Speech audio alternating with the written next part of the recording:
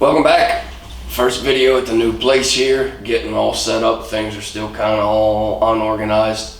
Got the decent setup right now. Out in the garage here, there's a nice little section of it cut off, but where I'm able to work out of. But bigger things coming here as soon as the price of lumber comes down and building permit goes through. Be breaking some ground on a new shop outside the house here, so maybe this time next year, hopefully have it all finished up, depending on what lumber does. $80 for a sheet of OSB is a little bit excessive at this point, but that's the state we're in right now. Anyhow, wanting to break the new place in. There's probably a pretty bad echo. I think I can hear it in here from sound's not the best. The lighting seems to be pretty good. I got some shadow issues in the back that I'm going to try and square up here eventually, but I'll get it down into where I like it at some point before we get the new shop up and running. But like I said, I wanted to break the new place in with a good streamer video, but I got all sorts of things battling me. In about 45 minutes, I'm going to have sun directly in my face from the window there. Got a little bit of my voice left. Dang, summer allergies or something, I don't know, but it's got me pretty good. But so we're going to do a short video today. A little wobble in the vise there. We're going to do a short video today. This is just going to be an egg laying spinner. It's a great pattern to have throughout your spring and summer months, sometimes into the fall, depending on what the BWOs do. But more so, you'll see these, you'll get these spinner falls in the spring and the summers, typically when you're going to get the majority of this action. But it's a good fly to have, good all-around fly. It'll imitate a lot of different mayflies.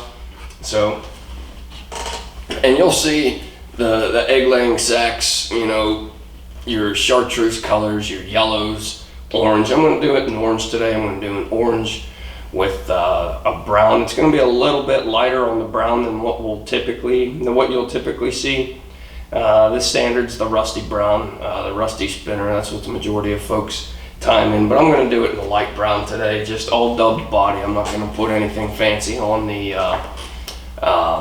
abdomen or anything. I do like the way the turkey buyouts look a lot. That's one of my favorite bodies to use for the spinner, but we're going to do this with just all dubbing today. So like I said, fairly simple pattern to tie, but one that you should definitely have and keep in the fly box in the warmer months.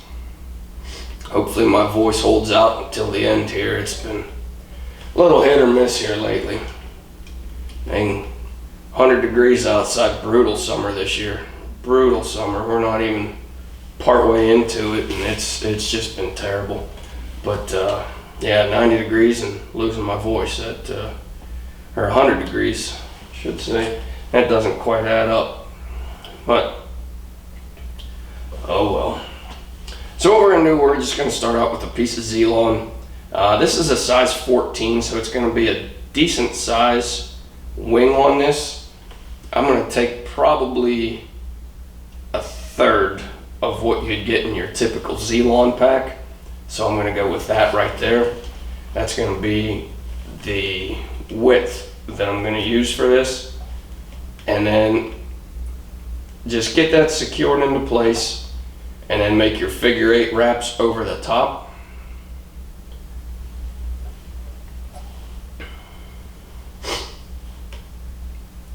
Just like so. Make those nice and secure, and then I want to grab just a couple of turns on the bare hook. Same thing on this right here on the front, and that just secures my wings into place. It locks them down, and my wings aren't going to go falling from side to side on me. So I'm not worrying about the length on these right now. I just wanted them secured to the hook, and then I'm going to take this back right to where the barb starts its ascent. I got a little too far back there. There we go. Then I'm going to tie in the egg sac. And this is just going to be a little touch of orange here. Not a whole lot on this at all. You're just making like a little bubble in the back essentially. So really light on the dubbing. Just twist that into place. Like I said, really light on this dubbing. And I want to make, it's going to wind up being about a 4-turn egg sac. Oh, I caught the hook point there.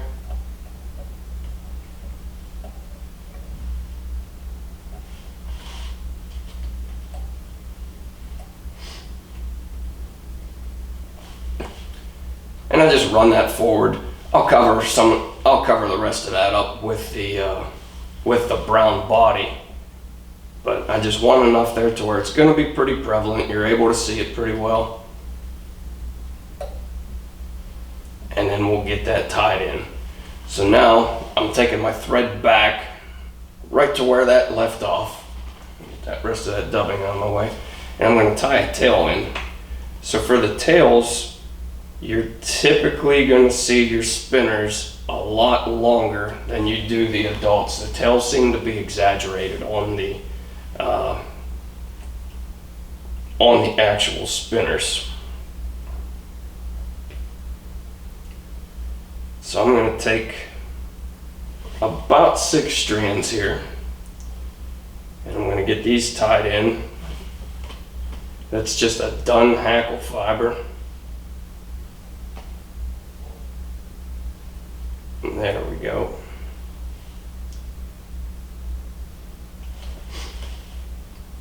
And then I'm going to use that egg sac that I tied in to help me split my fibers out. So I'm going to go right in front of that egg sac, and I'm going to roll those fibers down the one side. And you can see them kicking back and real nice there. And then I'm going to pull these other ones. And then the same thing, I just have my fibers doubled over right there, and I have that split on the tail section. And then on the underneath side, I don't know how well that'll show up right there. On the underneath side, I have a fiber in the way there. That underneath side, you can still see that egg sac is real prevalent. And then you have that split section on the tails right there. So now we're going to finish this fly off, and this is, like I said, a very simple fly, but I've got a couple of factors working against me here, so we're going to wind up doing a quick fly today for sure. So before I pull down to get some more thread on that, and I've used the micro fibbits and everything in the past, and you can definitely use them. They dress the fly up a lot more if you want to use those for the tail. I have some here, I can pull them out if I remember, or if I can find them. Everything's so disjointed and unorganized here right now. But there we go. So now I'm just going to take right where I left off on that egg sac, and I'm going to work my dubbing right through the remainder of the fly, going over the figure 8 for my wings.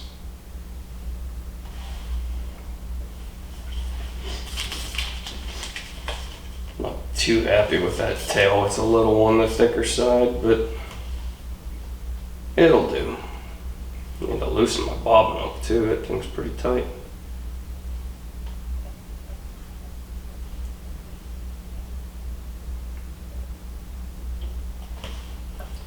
Alright, just a little bit more dubbing and we'll finish this fly off.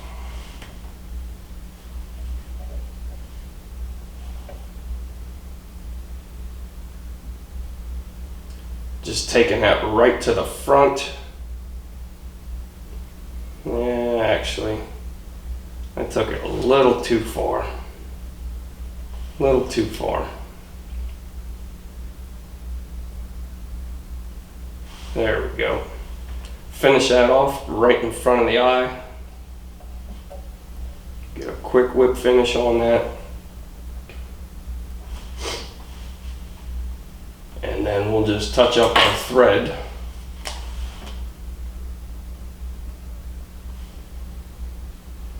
Real quick, nice and easy. Get this back there.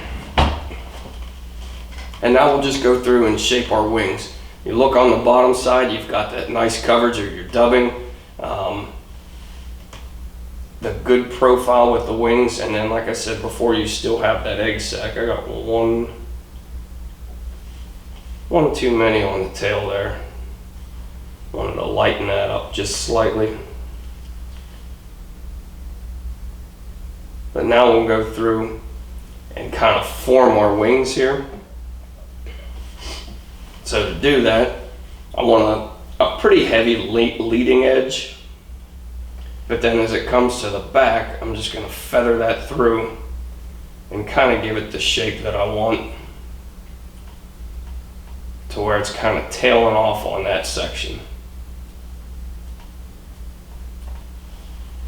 Get a little trim out of that right there.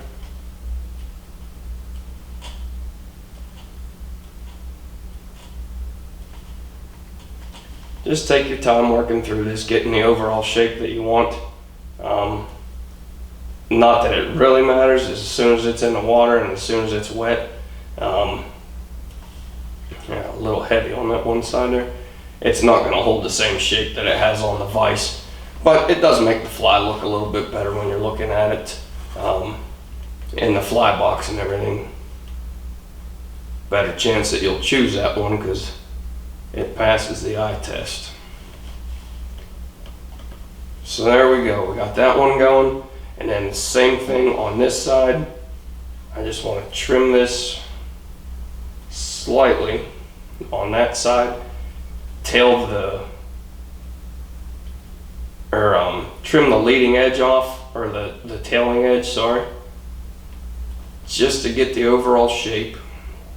Make sure that we're pretty well symmetrical on both sides, and then just take a couple of cuts right through here on the center. There's a couple longer ones that I don't really like there.